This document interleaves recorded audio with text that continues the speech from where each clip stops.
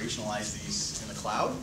Who's building applications in microservices sort of architectures today? Okay, cool. And we'll talk, I'll use Azure specifically because that's just kind of what I know and love. To that point, I'm actually an Azure MVP, 8-time Azure MVP and a Microsoft Regional Director. I don't work for Microsoft. I run a partner. We're a consultancy here in Chicago and in Milwaukee that helps customers all over the U.S. architect, develop, and build massive solutions in Azure, whether it's kind of data and AI or just massive kind of e-commerce solutions, all sorts of fun things. So we can talk about that for hours, so we won't. Instead, I'm just going to flip through and kind of get to it. We're going to talk about what microservices are really all about. We'll talk about ways we can run these things in Azure. We'll then kind of hone in on Service Fabric. And the reason is it's a topic that hasn't really been talked about much today, but I've seen folks talking about things like Azure Functions and K8s and Kubernetes. And so we won't spend a lot of time on those things. And we'll show off some cool stuff that we can do. And then I'll leave some time, hopefully at the end, for questions. We'll see how that goes. All right, so let's think about an app. Let's think about canonical apps. E-commerce is just like the best way for us to start thinking about building apps in microservices sort of worlds. And so when we think about these apps, we have a bunch of different things going on. We have customers that we're managing. We have product catalogs of massive amounts of SKUs of products we may be selling. We have orders coming in, and we have to fulfill those orders. Typically, historically, I guess, we've built this app kind of like this. So we have some client, and we have some data store where we store the data. And it is this really archaic, monolithic sort of thing. They're tightly coupled, bound together. We deploy this entire thing kind of as a unit. And so the web came along in late 90s and really inspired some new architectures for us. We started thinking about statelessness and load balancing. We started having to deal with 24/7 uptime. We had to deal with scalability. Not only did the app have to be available all the time, but we had different peaks and valleys of utilization. So before that, we were building enterprise apps kind of inside our walls. And we had a pretty good idea of when our users were going to be around using those apps. And so it wasn't necessarily 24/7 all the time, and we didn't have to have unpredictable scale that we dealt with either. We knew between 8 and 5 in whatever time zone it was that those apps were going to get used. So along comes this in-tier sort of app architecture. We try to start busting things up. Microsoft coined this term back in the day, Windows DNA, and so I have books on my shelves that say Windows DNA. And so it's all about this in-tier architecture. How do we bust some things up? So we build this kind of app service tier in the middle, but at the end of the day, it really was still pretty monolithic. We really extracted some things out from the client. We ran some things in, we go back to like the NT days, MTS, Microsoft Transaction Services back in the NT days. And so we're kind of breaking some things up, but we're not there yet. So then along comes SOA. Thomas Earl writes a bunch of great books. We all get inspired and love SOA. And SOA says we need to think about these things in business processes and isolate these boundaries of our applications around these business processes. So we're creating these services. And they should be self-contained. They should be autonomous. They should be black boxes. So we don't want to share dependencies. We don't want binary dependencies between these. We want contracts. We don't want to share classes and binaries. And we may compose these things. We may have multiple services that we kind of compose together and interact with. But again, we don't want to do it via binary dependencies and this tight coupling. Instead, we want to do it via contracts. And this was all heavily based in SOAP and WSDL and all that good stuff, the WS star sort of standards in the early 2000s. So we get something that looks like this. It's a little bit better, but there's no real, while we're trying to get to a breakout of services, we're trying to, split up some databases. There's not any hard prescriptive guidance on, database per service, And so we still have some things that are kind of intertwined in here, even though we're not sharing dependencies or sharing things via binary dependencies.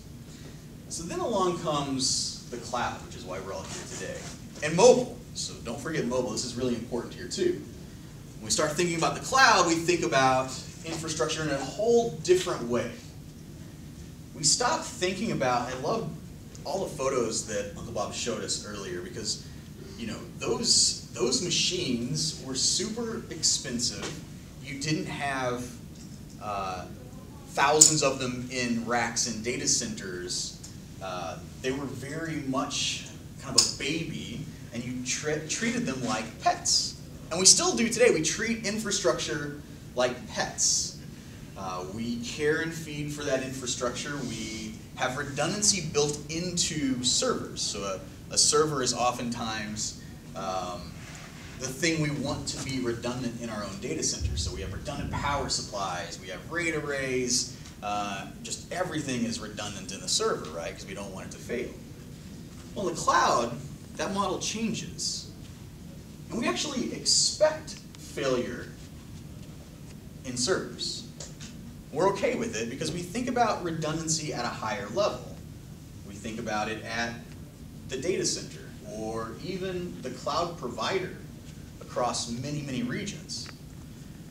Azure is a great example. Azure has 54 regions around the world. Microsoft doesn't think about failure at a region.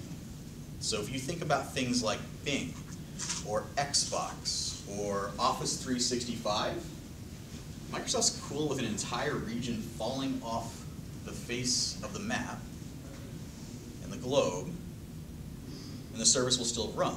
They're designing services like that. And so we have to stop treating the infrastructure like pets. We have to start thinking about it like cattle. Things that are kind of, they live, they die, it's okay. We need to be able to scale in real time, so the cloud brought that about. We have at our fingertips pretty much infinite amounts of computing capacity. It's not truly infinite, of course, there's physical servers somewhere, but we're talking about hundreds of thousands of physical servers per data center. If you think about Azure, for example, there are many regions around the world that are Azure regions that are composed of multiple data centers, so let's say 3 data centers, and then there are 54 of these regions around the world. So we have pretty much infinite computing capacity available to us for our needs. There are multiple platforms that have come about. So more than ever, we have just an amazing amount of kind of competing platforms, or the new JavaScript client of the day, or JavaScript framework of the day, rather.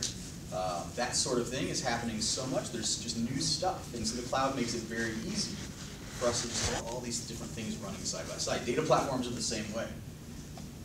And customers expect new stuff all the time. So the whole topic of things like DevOps and releasing all the time and frequently, customers just demand that today. So the cloud and the web inspired these new kind of architectures, which really drove us towards things like microservices. So when we think about microservices, we're breaking it down a little differently. We have these autonomous, truly autonomous services. So customers, that's an autonomous service. It owns that data. That data is not shared unless it goes through the contract that is the customer service. The product catalog, same thing.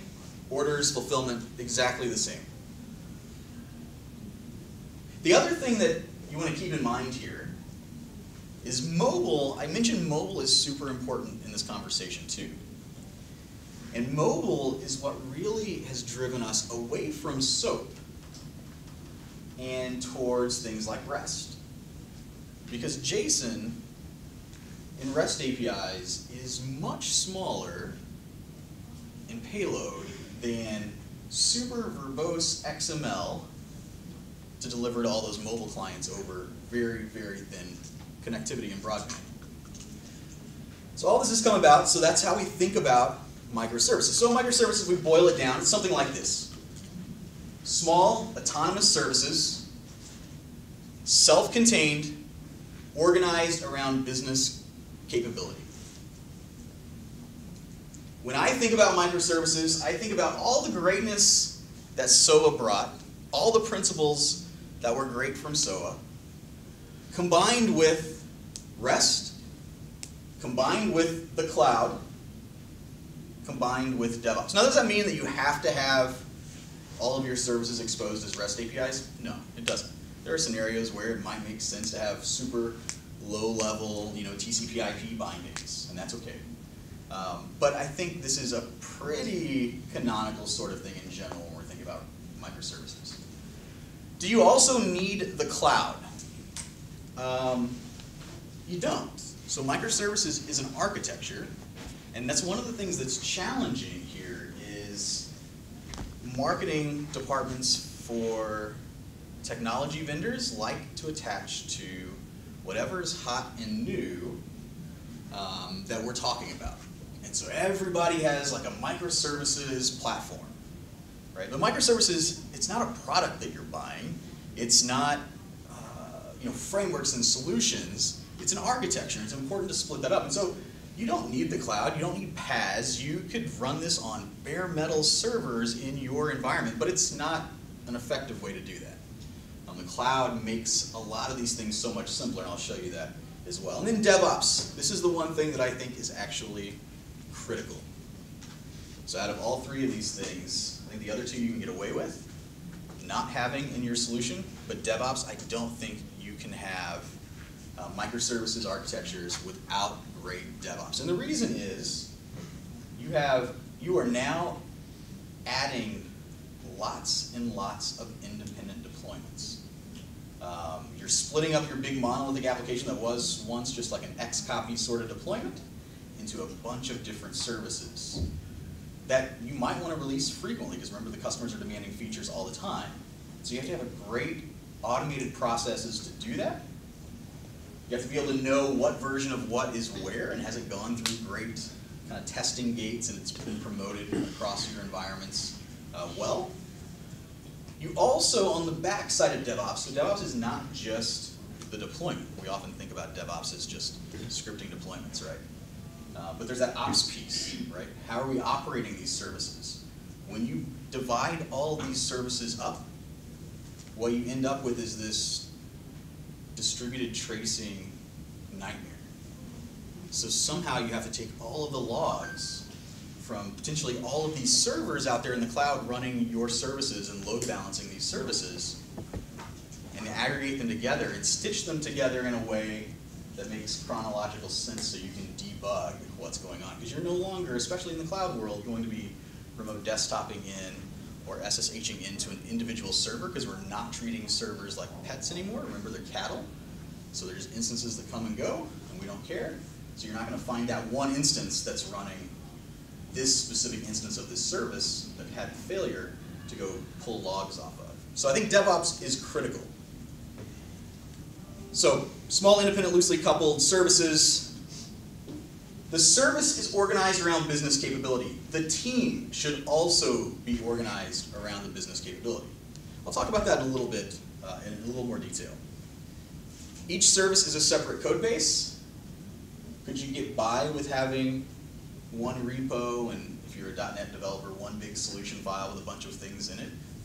You sure could, yeah.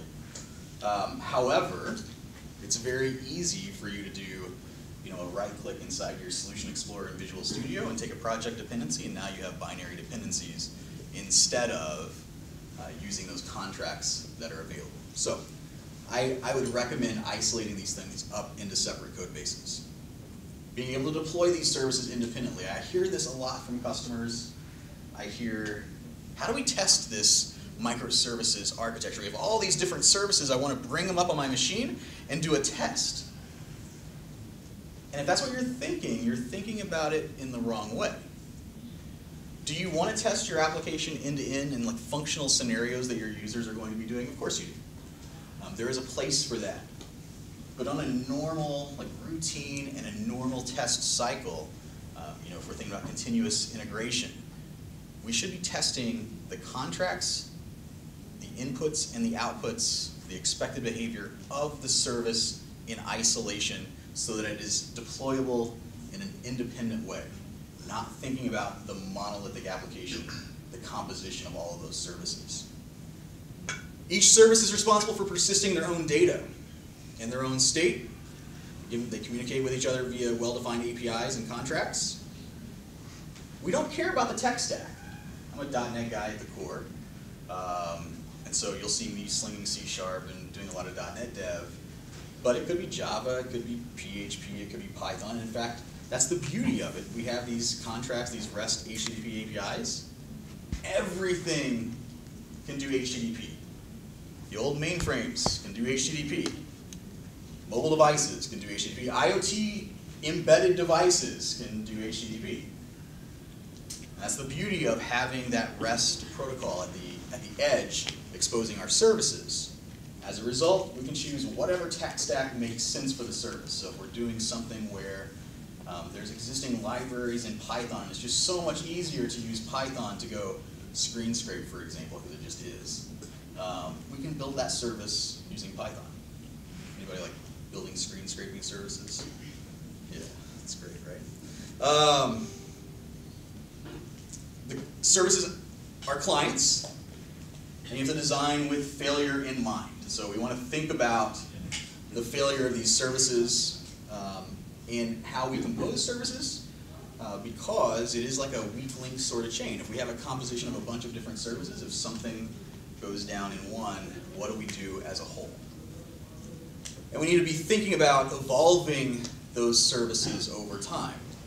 We are building contracts and interfaces that everything will be connecting to, and the reality is, not only will this service change, the implementation and the internals of the service will change, but those contracts inevitably will change, regardless of how much work we do up front designing out the perfect contract that represents our business and isn't coupled to the technology.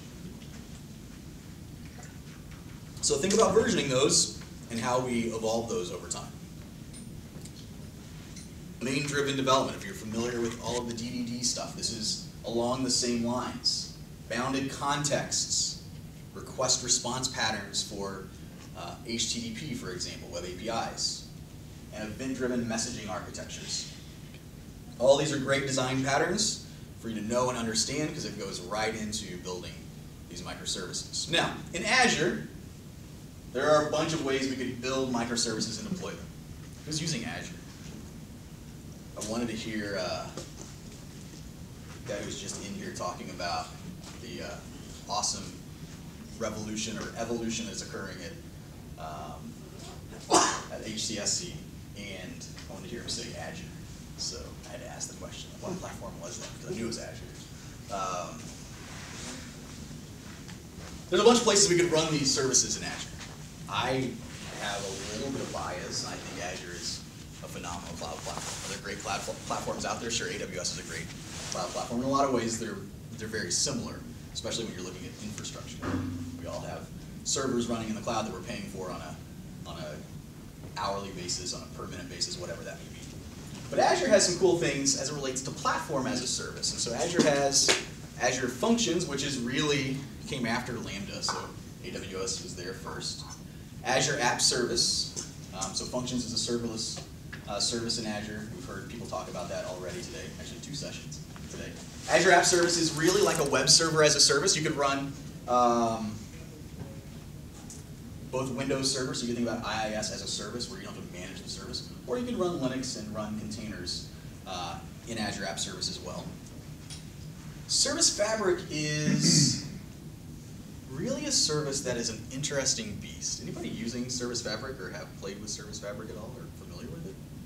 Okay, this is cool. I'm a huge fan of Service Fabric.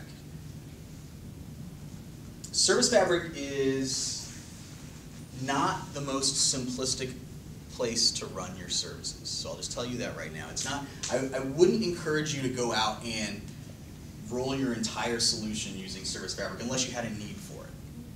I'll explain what those are. However, just like I mentioned, marketing departments try to attach to things. Microsoft does the same thing. So Microsoft goes out and they try to figure out how to position Service Fabric, and what do? They say, this is a microservices platform. It's like, what the heck is that? Like, It's a place to run services, but why is it a microservices platform? It's really, at the core, a container platform. It is Microsoft's proprietary container platform. And it's not that Microsoft saw Docker and said, oh, we need to go create one of those. It's actually just the opposite. This has been around at Microsoft for a long time. It wasn't always called Service Fabric. It's been used internally at Microsoft. In fact, you probably run this or have run this in your organizations on-prem without even knowing it, because it's behind a lot of popular server products that Microsoft has built. It's also the underpinnings of pretty much everything in Azure. I'll show you a slide here in a little bit to show you kind of what that looks like. But at the end of the day, it's like a container platform and an app and service orchestration platform that also comes with some APIs and SDKs, because there's this awesome stateful capability within it. And I'm going to show that off here in just a little bit. And then there's Kubernetes, or Docker containers being orchestrated by Kubernetes. Anybody using Kubernetes or containers? Huge fan of containers and Kubernetes. And at Microsoft, these two teams are actually the same team, so they're kind of partners, if you will, Service Fabric and AKS. And Microsoft is doing some great things for Kubernetes in Azure. A lot of folks that have come from building these services, like Kubernetes, actually work at Microsoft now. Like Brendan Burns, who's one of the creators of Kubernetes, actually works at Microsoft and builds AKS in Azure, which is pretty cool. So what is Service Fabric? I mentioned it earlier, it's this really cool kind of thing that Microsoft positions as a microservices platform. This is the way they would position it. It runs in Azure, but you can run it anywhere. I mentioned that you may already have it running in your own data center, powering things like Link Communication Server or Skype Communication Server. You'll find those DLLs baked in there. You can run it anywhere. So you can run it on-prem, you can run it in AWS, on any cloud provider. It has a great experience in Azure, where there's a very easy way to deploy these clusters in Azure. And there's even a serverless sort of implementation called Service Fabric Mesh in Azure as well. I mentioned that it powers, it's the underpinnings of most of Azure. These services all run on Service Fabric, so it's super critical for Microsoft to run these services in Azure and make sure they're always available, and they depend on Service Fabric to do that. So much so that 4.6 million Azure databases, Azure SQL databases, run on Service Fabric. 2 trillion messages a day get pumped through event hubs. And it is a massively scalable platform. So I'm going to come over to Visual Studio. And here's a .NET developer using Visual Studio, because I saw like a mix earlier. Okay. Everybody else is like Java developers, right? And there's like the JavaScript fringe that just need a text editor. All right, cool. So over in Visual Studio, I'm just going to create a brand new project. And I have already in my list of recently created projects Service Fabric applications. I'm just going to quickly do that. And we're going to call this, where are we at today? Chicago Cloud Conf.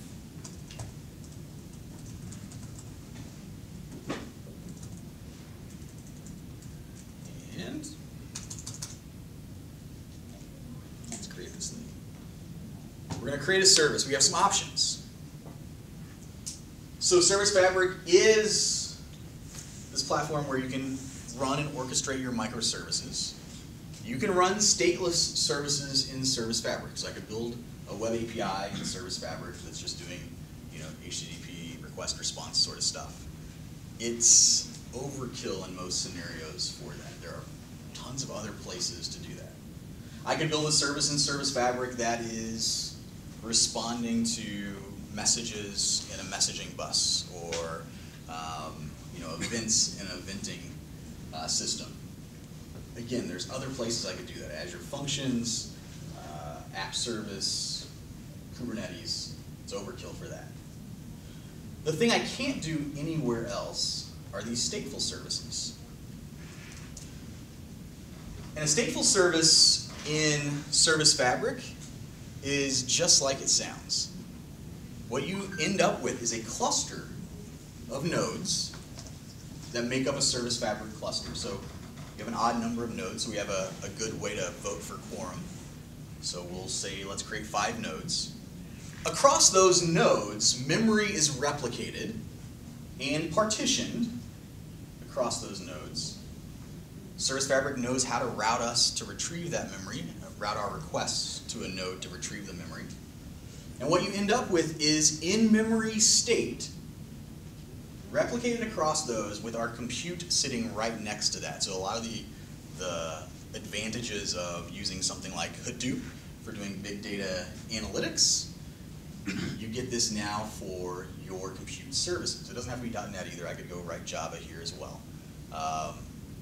But I can now run my compute services right next to in-memory data. So it's super fast, low latency. So I'm doing streaming processing over a bunch of IoT devices, and I want to keep some of that in memory. That's great. I'll show you some stuff that we've done and customers that we've worked with building this stuff out. So I'm going to stop right there, and I'm going to go load up an existing solution here. Before I do that, I'm actually going to load up a browser. And if all goes well in my browser, these services are running. Perfect. Maybe. There we go. What I normally do, I'm just not clicking in the right spots today. What I normally do is I'll split this thing up. So I'm going to drag this out and drag this out, snap that to the right, and I'm going to drag this out, snap it right there.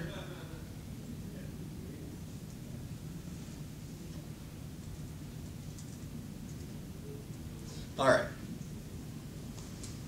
There's a food delivery company in the Chicagoland area. Anybody work for a food order delivery company in Chicago? Okay. So this company and Yum Brands partnered up a year ago to Yum Brands, which is KFC, Taco Bell, Pizza Hut.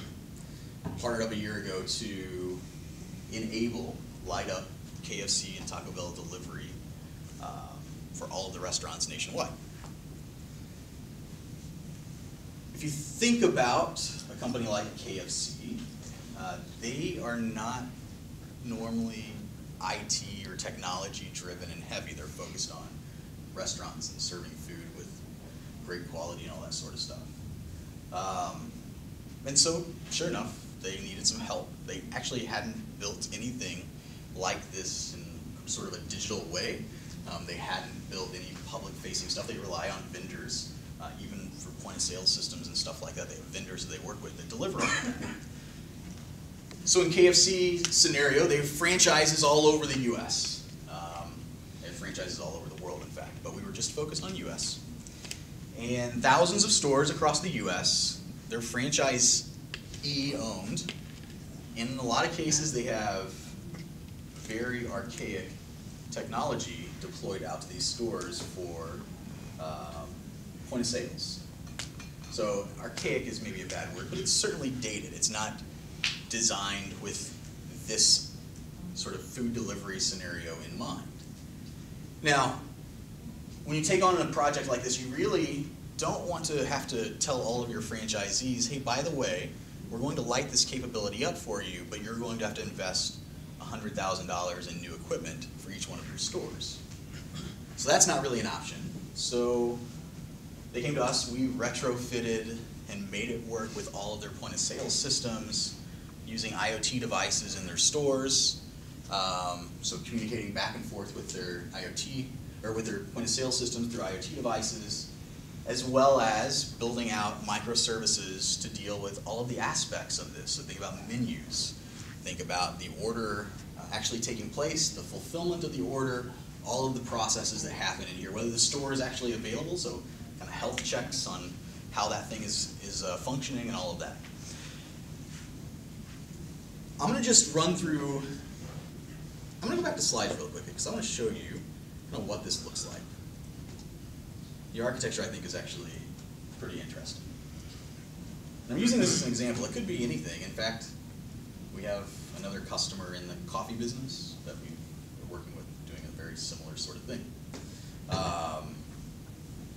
So there's an online ordering and delivery partner. The order comes in, delivery information comes in, and updates go back to that partner. So there's a microservice to receive the orders.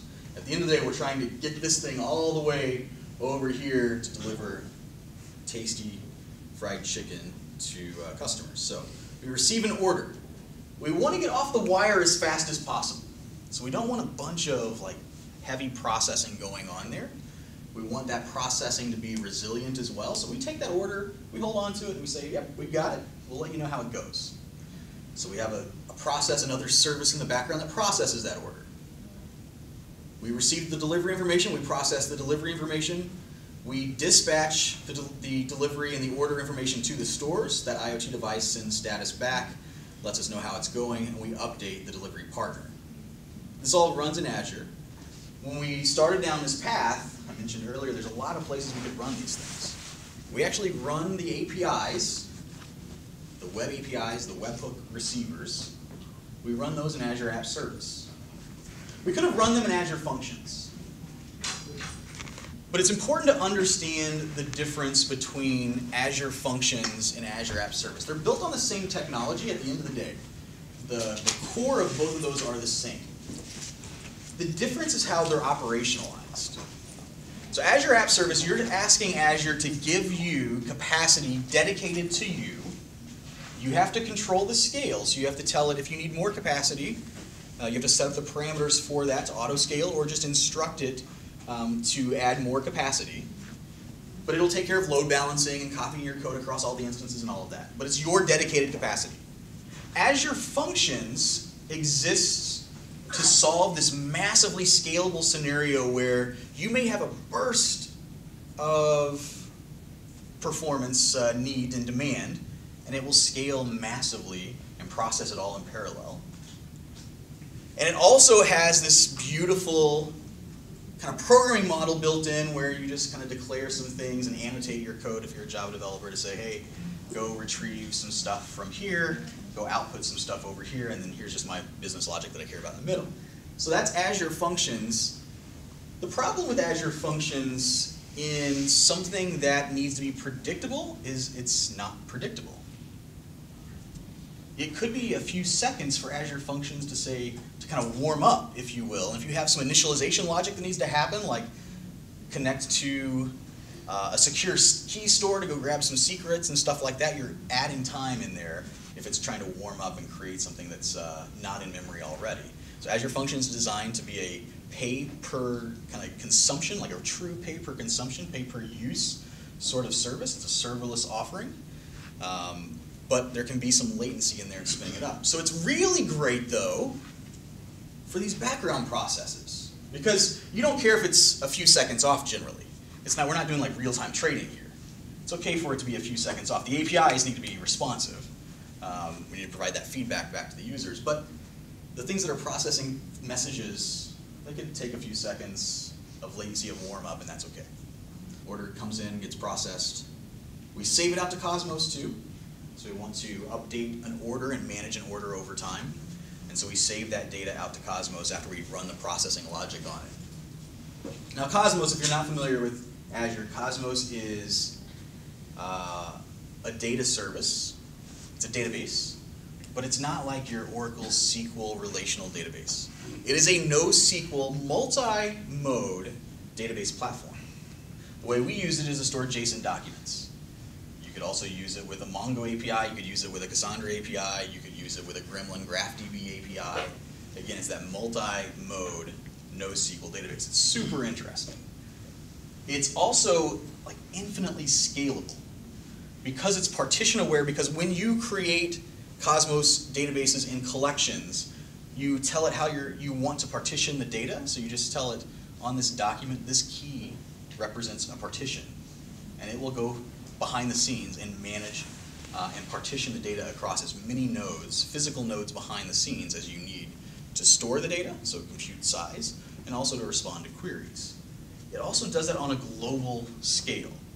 So I can instantly replicate that data across many regions around the world I can fail over to those regions seamlessly. I can query those regions as well. I can even now have multi-master write operations going to each of those regions. So if I have a global situation and a global application, this is a great example where there's stores all over the world, then each of those in each region can be responsible for that and sync up behind the scenes. So it's a pretty beautiful service. We then subscribe to order messages and send those off in updates. We do the same thing for delivery. We store more data in Cosmos. The order status comes back and we send it back as well. We have an IoT hub sitting over here in Azure. So an IoT hub is really much like an eventing service in Azure. It's like Event Hubs. It's a really low latency, high throughput eventing streaming service. So it's not a bus of messages with queues and topics. It is a stream. But IoT Hub adds some things onto Event Hubs. And the important thing there is it adds device awareness. So it understands device protocols like MQTT. It understands device registration and the management of devices and security and attestation of IoT devices, all that sort of stuff. So IoT Hub exists here to manage the IoT connectivity between the devices in the store that's communicating with the point of sales and back. There's also Key Vault in here. I mentioned earlier getting secrets from Key Vault. Key Vault's an HSM that runs in Azure. It's a way for us to keep the secrets off the nodes, out of our config files that get deployed with our applications, stuff like that. And then for operationalizing these, lots of services we could have picked from, but we use Azure Monitor because this whole thing runs in Azure. So we use Azure Monitor and Azure Application Insights to monitor and bring together all of the tracing across all of these nodes so that we can get a great chronological view of what happened to debug issues that are happening. Now, this is all great. At some point in this process, it was decided that we need to manage these orders in a way that we say an order has a time box. So we are going to give this order 10 minutes. If things are having issues in the system and we just can't successfully process this order for this store, maybe this store is down, connectivity is down or something like that, and it lasts longer than 10 minutes. If we just can't do that in 10 minutes time, we need to react and handle this in some other way. Either somebody has to get involved at a human level, or we have to just say, just cancel this order, we can't do it. So we build this service that's the Order Lifecycle Manager. Now, this service is really a service that gets messages from spots, like it communicates with the rest of these via interfaces and messages, but also it has this timer built in. And so we really need state. We need that service to be stateful and own the state, because it's really low latency in a lot of these cases. In a successful order, this stuff is flying through and happening in no time. Like the store, it's showing up on the point of sale system like that. So in normal orders, this is going to be blazing fast. We need to just store this in memory, all these signals that are coming in, and manage it that way. In problematic orders, this is going to last for 10 minutes. And so we need to have state sitting there that's kind of durable for a longer period of time. So we took a look at durable functions in Azure, because Azure functions have a limit. It's a serverless service.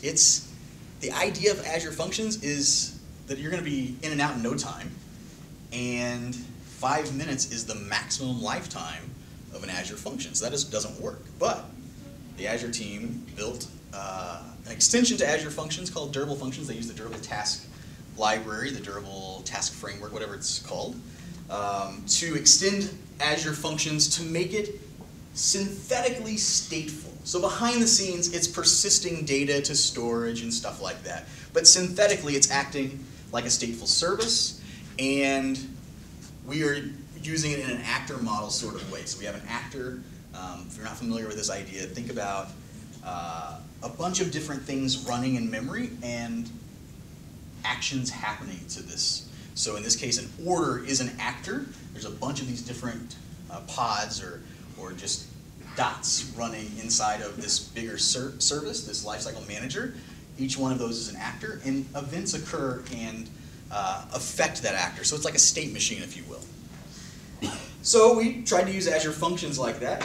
What we discovered in production, unfortunately we didn't discover this in testing. Actually, it was discovered in testing, but it was kind of dismissed as there's something just screwy going on in the test environment. It's not a real issue. So in production, rolled out to some stores, doing some tests, and realized that messages are getting dropped on the floor. Like they're coming in, but Azure Durable Functions has this problem where because this happens so fast, if multiple things are happening simultaneously, it's kind of electing one and dropping the other. And so it's not able to get both of those signals at the same time. So it was too smoking fast, basically, at the end of the day. So we had to solve this problem, and this is where stateful services came in Service Fabric. We didn't choose Service Fabric to begin with because I told you earlier, it's a pretty hairy sort of thing. It's not kind of for just any sort of scenario. There's a lot of things to think about. And so because of this being kind of a new project for their team, something kind of way different than they'd seen before, and all sorts of factors, just the ease of development of the Azure functions, we decided to go down that route at first, even though we knew kind of in the back of our minds that this is really an ideal scenario for Service Fabric. So we ended up in like 24 hours swapping out, because again, this is running in production now, and we're having these issues, swapping out that entire implementation for that lifecycle manager with Service Fabric. Now, we did it in 24 hours because we have a lot of experience doing this. For one, because Service Fabric is not a trivial thing, and it was one of those 24-hour cycles that didn't end. It wasn't like a 8-hour day. So there were a couple of us for 24 hours. But we swapped it out, and it looked like this. It simplified things a little bit. This is a little oversimplified, but we have this lifecycle manager that's stateful, managing all of these signals in here. So Service Fabric over here, the actor is running right here, and it's managing all of that. So I'm going to show you this in action. And then I'll show you the code behind it, because it's pretty interesting, actually. And I got to go back over here. We're going to just simulate placing orders. So this is not the code that's running in production. This is my little simulated sandbox of what we actually did. So we're going to create an order. If all goes well, everything's running. This is on my local system as well, so I'm debugging my local Service Fabric cluster. I'll refresh over here, and we should see that order show up. So we have an order that's waiting to get confirmed by the restaurant. So this is kind of a dashboard. We would be able to see these orders. Right now, it's just an order that's been placed by the customer, so nothing else has happened to that. But we could come in here and say, let's go ahead and confirm that order. So I'm just going to enter in order 100, confirm that. If I come back over here, that status is now confirmed. I can also say, go ahead and just send delivery info. But while we're doing that, I'm going to place a couple of additional orders.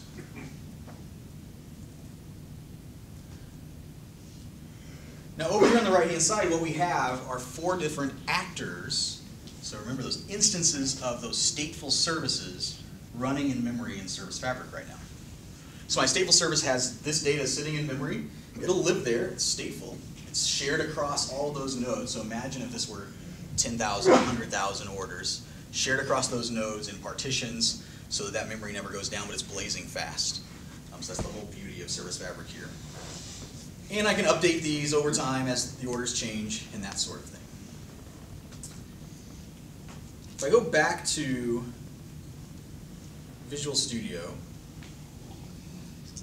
and show you kind of what this looks like.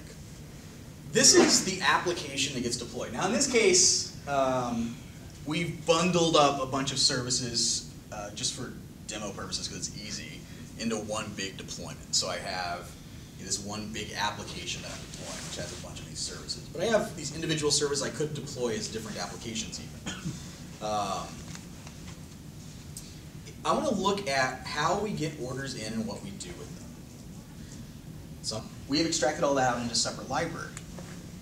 We don't expect any binary dependencies on this. So this is one of those areas where it's potentially dangerous for you. So if you aren't terribly disciplined, this may be dangerous for you. But because we architect it this way, this is just the way we do business every day. That's how we build software. This is what helped us make the change from durable functions to service fabric in a very small period of time. Because we already had all the logic extracted out, and we think about things like Azure Functions and Service Fabric and Kubernetes and Azure App Service as just orchestrators. So we want those to be as light as possible. We want to tap into the functionality that they have, and then we want to shell out to whatever business logic and code that we have, and then we can inject that in wherever. So in this case, we moved from Azure Functions to Service Fabric really quickly because we already had everything extracted out into libraries. So I would recommend doing that. It makes these things super testable as well. So we were talking about unit testing services and that sort of thing. You don't have to spin up a web server and make HTTP calls and wrap all of that. You can test in isolation down at a really low level in your services if you've extracted them out like that. The other thing that happens here, if we go back to the actor, we have this code that really just runs the timer. So we talked about earlier how this thing runs on a 10-minute window, and every 30 seconds or however, whatever the frequency is, this will go out and check and say, hey, have these orders been updated? Have these orders been updated? If not, eventually cancel it. So after some period of time, it's going to say, when it runs this elapsed, it's going to say, hey, there's something wrong with this order, just cancel this order. So that's the beauty of Service Fabric. Now, it doesn't have to just be actors. I really love the actor sort of design pattern. I like just writing my code in that actor, letting it respond to things. But it could just be persisting state. So if we were to go through that process of creating a new app inside of a stateful service inside of Visual Studio, going through that little wizard earlier that we walked through, it would create a service that just had some state that's being persisted. And we can see that here. So I'm going to go look at another service, and you will see the same sort of thing going on here. I'm going to collapse this down. In this case, it's not an actor. Oh, that's not what I wanted to do. Maybe. So you'll see this get method here on this vote controller. It's retrieving stuff from a dictionary that's being persisted in memory across all of these nodes, across all of these replicas and partitions inside the Service Fabric cluster. So you don't have to use actors if you don't want. You can just persist it in primitive sort of things like dictionaries and stateful collections and queues and that sort of thing. All right, a couple of other things that I want to show you as well. This is a service, a Service Fabric service that inside of the config for the service, instead of running our application, instead of running our APIs or our order actor or whatever it is, we've told it to run a container. The interesting thing is the whole container ecosystem is heavily driven and built around Linux, which is fine. But if you have a legacy application that's Windows-based and you want to containerize it without having to rewrite it or migrate from .NET Framework to .NET Core or whatever it may be, you want to still run it on Windows and containerize it, you need to run it in Windows containers. Today, Service Fabric is the only place in Azure that's fully supported for you to run Windows containers. So you can also use Service Fabric to say, well, I have this legacy application that I want to use and run my Windows containers in. Bam, there you go. In addition to the nice SDKs and toolings for .NET and Java and being able to run containers, you can also just run an exe. So you can just do a binary sort of deployment, and instead of this being a container host, you can just say, I want to run this exe, and it will deal with kind of scaling it out across all of Service Fabric, making sure it's running. And I didn't show you this earlier, but this is the Service Fabric Explorer. And so this is running on my local system. If I were running it out in Azure, we would see more than one node here.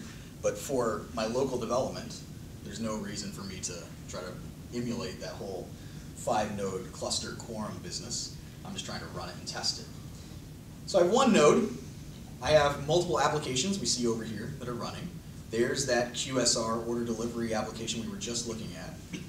If I expand this out, we will see all of the services we were looking at. And we get to just monitor the health of these services right here from this dashboard. So we get to see right now everything is green.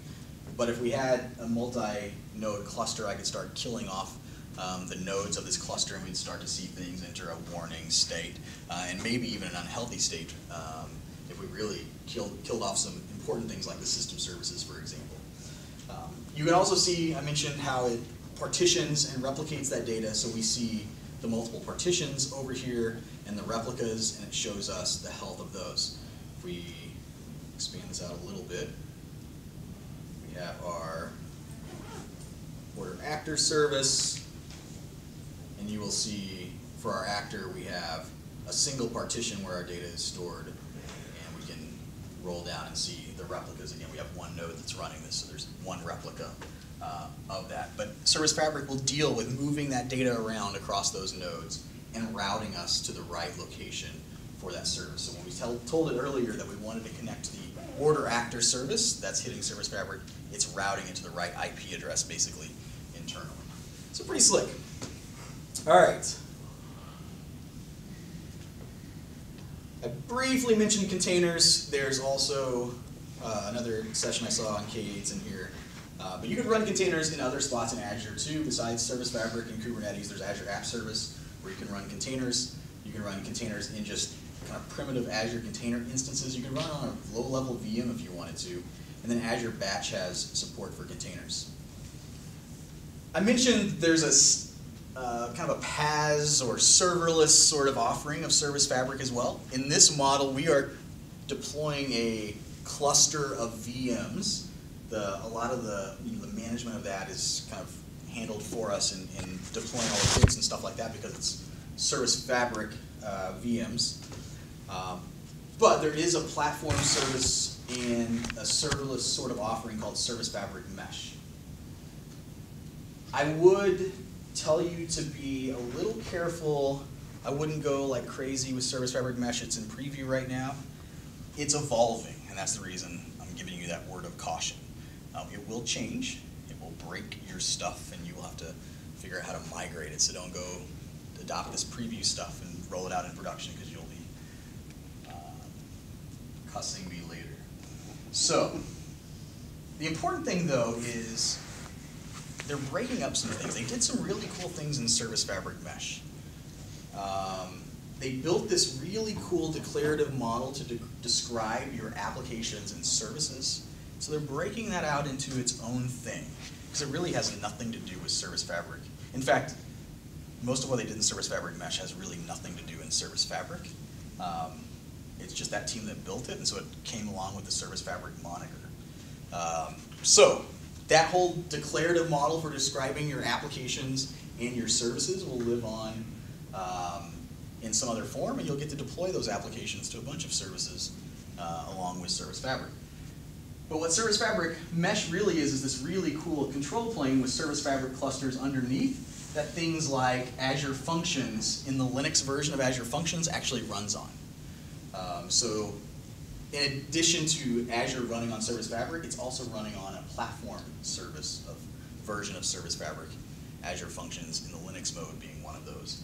Azure Container Instances, so running Docker containers in Azure Container Instances, is also one of those services, and more services will be coming online with this as well. For the sake of time, I'm going to hit a couple of slides at the end, and then answer some questions in the hallway, that sort of thing. So, anti-patterns, microservices anti-patterns. Megaservices, of course. I hate the word art when we're talking about what we're doing, because there's really no such thing as art. There's science and experience that goes along with the science that helps you, and we call that art a lot of times. But finding that right balance of where to draw the lines in your services can be difficult. So you don't want to make services that are too small, but you don't want to make them too big. Organizing around the business capability and then organizing the teams around the business capability are really, really important. So you don't want to have nano services. You also don't want to have these kind of massive mega services that you hesitate to change. Like one of the beauties of microservices architectures is you can just go deploy changes pretty quickly because it's pretty small, contained pieces of functionality that are well defined with interfaces and that sort of thing. Leaky abstractions. You also don't want to leak out the implementation of these services. They should be designed around your business domains. We love to inject in data services into our implementation of services. And so we don't want the service code to understand that it's Cosmos DB under the covers, because we might decide to change that to something else. It's happened regularly where people will store JSON in Cosmos DB, but they have no need to use Cosmos. They're really just storing a file that they go look up. There's no querying that they need to do and that sort of thing. So we'll often go in behind this after the fact and swap that out with blob storage, for example. It's just storing binary data that you're just looking up and retrieving. So pushing that out using things like repository patterns is really, really important. Makes those very testable as well. And then also not bubbling that up to the surface. So I don't want to see things like a partition key for Cosmos DB getting bubbled up to the service implementation, because now I'm kind of bound to Cosmos DB because the service is now aware of that. Shared persistence. We also don't want to have databases, especially relational databases, that are being shared across these services. So I want to be able to move these things around. In some cases, I may want to move my service to a completely different region in Azure. So I might be storing data specific to the EU, and I want to move that to the EU. And so if I'm locked in a relational model in a shared database, I'm hosed. I can't easily do that without breaking those things down. You also have to design for failure. So you have to think about retry. We don't want ignorant retry. And by that I mean we don't want something that's just going to blast away and try to retry over and over and over again in the event of a failure. We want intelligent retry that says, hey, we know this failure is temporary, it's transient. So maybe it was a connection that failed. We know we can retry that and maybe successful. So we want to manage that a little bit. And then circuit breakers. The last thing here, circuit breakers, just like circuit breakers in your house. When retry fails, after 10 attempts, over some period of time, it's not coming back, what's the fallback? Because we don't want to bring the whole system down. So maybe we just persist it off somewhere else and come back to it later. So with that, thanks everyone. Hope this has been useful. If you have any questions, I'll be out in the hallway for a little bit. You can also shoot me an email at eric.boyd@responsivex. Thanks.